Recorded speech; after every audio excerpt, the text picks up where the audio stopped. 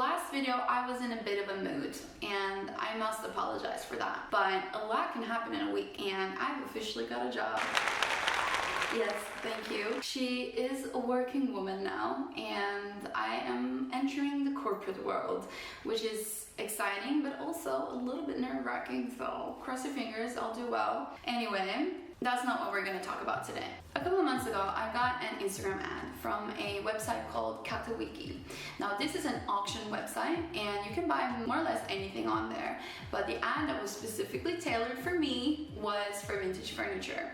And I did actually participate in one auction, my first ever auction, and I won. Even though I haven't gone back to do it again, it's still become one of those apps that I frequently visit to get some inspiration. So today, I thought we could look at it together, talk about auctions, what to think about when bidding, and just generally thrifting online.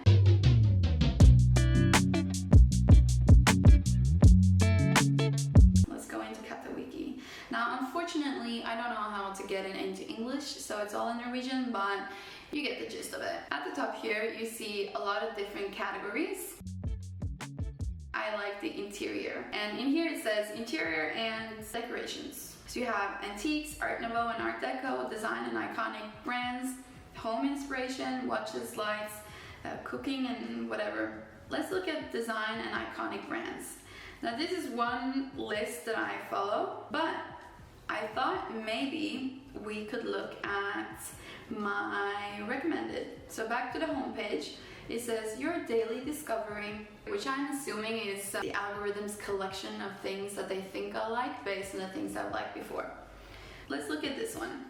As you can see at the bottom, the current bid is at 500 euros and there's 4 days and 5 hours and 13 minutes left of the auction. At the top you can see expert estimate between 900 and 1,200 euros. So that's what the expert assume it will be sold for. You can look at all the bids that have been placed so far. Now as soon as you place a bid, you are committed to that bid. So if you win, you're obligated to pay it. Like that's one of the conditions placed by the website. Because this is a fairly high price, I'm not gonna place a bid just in case I win, but it's really cool. Before we get into looking at things and getting inspiration, I want to talk about reservation price, just in case you don't know what it is. So if you place a bid and it's too low, you might receive a message from the app saying, I'm sorry, your bid hasn't reached the seller's reservation price. Try to put in a higher offer. Now, what does this mean? There's a seller and there's a buyer. The seller might list a lamp for 500 euros. Now, even though the listing is at 500 euros, the reservation price might be at 450, meaning that the seller is willing to go down to 450, but the ideal price would be 500. As a buyer, your ideal price might be 400, but your reservation price is also 450, meaning that you're willing to go up to 450.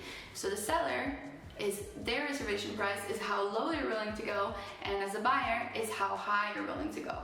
So even though your ideal prices would be 500 and 400, there is a chance that you could meet in the middle at 450. So the buyer might place a bid for 400 and the seller will reply, sorry, I don't want to sell it for 400.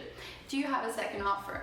And then the bidding might go back and forth until you're eventually meeting in the middle at 450. Everyone's happy, there's a sale. When it comes to auctions, it's a little bit different because the seller's reservation price can be exceeded depending on the buyer's reservation prices. So the bidding will continue until whichever buyer has the highest reservation price wins.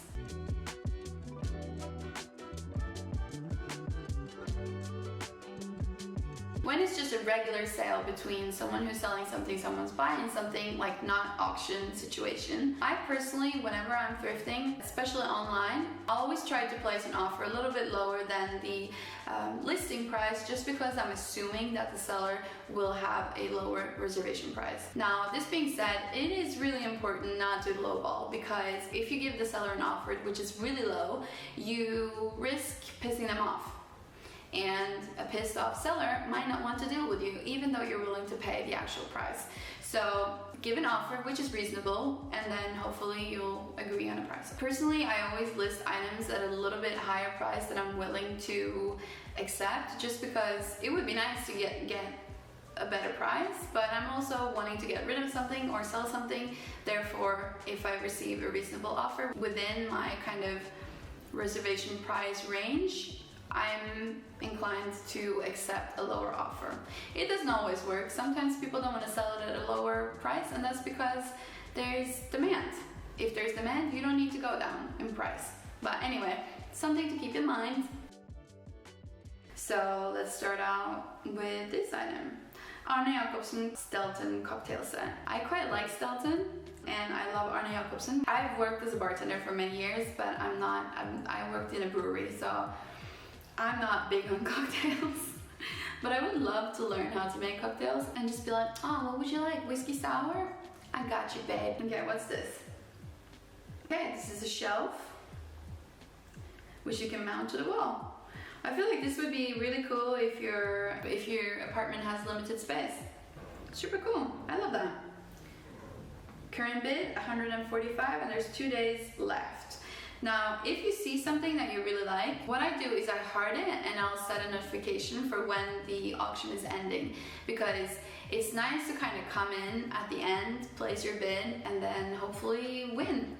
You can also set a maximum bid, meaning that the app will bid on your behalf. So you'll place a bid, let's say 50 euros, but your maximum bid is 150. So each time that someone places a bid higher than yours, it will place a bid on your behalf. Okay, this chair is a bit of a flex, to be honest. Like, it's one of the most comfortable chairs I've ever sat in, but it's also an incredibly expensive chair. And one day, when I'm rich, because we all know it's gonna happen, you gotta dream big, babes. I would love to own this chair. For this one, the current bid is 6,000 euros, but I think the new price of this chair is around 9,000, 10,000 euros, which is spenny. The top bidder actually bid above themselves, so that's possibly a person who really want it. And you can see the ID of each bidder on the side, like it's all anonymous, but you can see who's bidding again and again and again, which is kind of cool. What else? I actually placed a bid on this lamp, and it says you have been, someone bid above you. Now, I'm not going to place another bid on this. I have the floor lamp, and I love Pentella. I think all the Pentellas are gorgeous regardless of the size, and it's one of my most precious lamps, and I got it secondhand. This sofa is by Zanata, which is one of my favorite design companies. I actually bought a Zanata chair earlier this year, which I'm so in love with. It's really comfortable, which also makes me think that this sofa will be equally good to sit in. Black leather and chrome really tickles my fancy. I love it. I dream about having an office, right?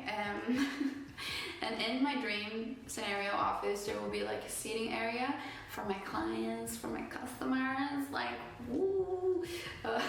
Not that I have any clients or customers, but I have this vision, and I have a strong feeling that this particular couch or sofa would be freaking good to sit in. I also quite like the organic shape of this sofa, because even though it's really industrial with the chrome and the leather, the fact that the back is wavy is kind of cool. I love it. And just a little bit of a teaser, we will be talking about Zanata down the line sometime soon. Now, these ones I also like. They're very cool, but because they look really big, for these type of chairs, or any chair like them, they need a big space. So in my living room, for instance, it would not look good, just because they would take up so much space. But I think they're cool. I like it. Okay, what else is on here? Okay, here are some funny ones. My boyfriend told me that I have expensive taste, and like, everything that I'm clicking on has like friggin' more than 2,000 euros bids. Again, black leather and chrome. They're very fun. I also feel like these would look good in an office or like lounge area. I don't know what type of space would need a lounge area, but maybe like Oh, they're null. So in Norwegian, I would pronounce this knoll, knoll, which is also a great design firm. They're currently the producer of, for instance, the Marcel Brauer Cheska chair, which I have previously spoke about. They have a lot of great designers in their repertoire. Okay, €4. This is a cute bit. Okay, Erik Magnussen, he could be Norwegian, I don't know. From 1977. Oh, he's Danish. 2 bids. You know, just for fun, let's place a bid. Current bid is at €4. Let's place one at €6. Confirm, I understand. Thank you for your bid. Just for fun, let's place max bid. So let's say 10. I will say. So here it says automatic bid of €10. If anyone bids higher than my last bid at €6, the app will automatically bid up until €10. Okay, fun. What else is in here? Wow, this is a nice sofa. So sofas, chairs, lamps, these are my favorite type of interior design. This is also from Knoll. I really like the shape of this. Again, this would look great in an office type of vibe. I feel like I need to make a video about office furniture, or like how I would design my dream office. If that's something that you want to see, let me know. Oh yeah, let's look at this table. This is also a Knoll by the designer Eero Saninen, which probably butchered the pronunciation. He's Finnish. Now the tulip table is a classic, especially within mid-century design, as I see it anyway, it's a classic. And I had a IKEA dupe back in the day, which I quite liked. What's special about the original tulip table produced by Knoll is that it has a marble tabletop, which means that the quality is much better than the IKEA version that I had. It's exciting and special. When I went to the Brussels Design Fair earlier this year, I saw a few with like green marble, which is also really lovely. What else oh yeah, let's look at this one. Again, with the office vibe, this chair, also by Ames, is super sexy. I love the idea of having this type of chair for my pretend office with maybe like a teak or a rosewood desk. Sexy. Oh, this is cool. Artemida, also a brand I quite like. Artemida has a lot of good lamps. This is cool. Ooh, this is fun. Very fun. Also Alessi. Alessi has a lot of good tableware. Just a pro tip. This is really cool.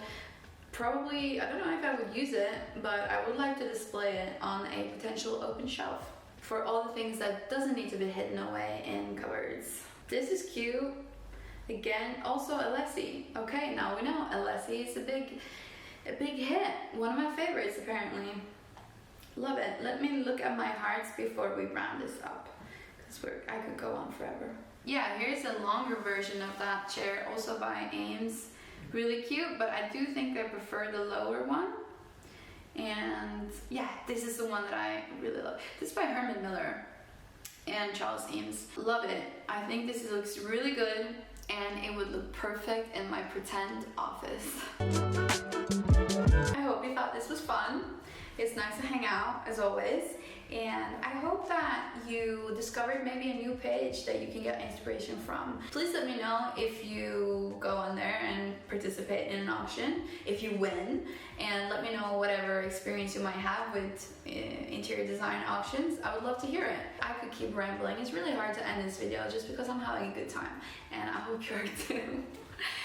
So I'll catch you next time.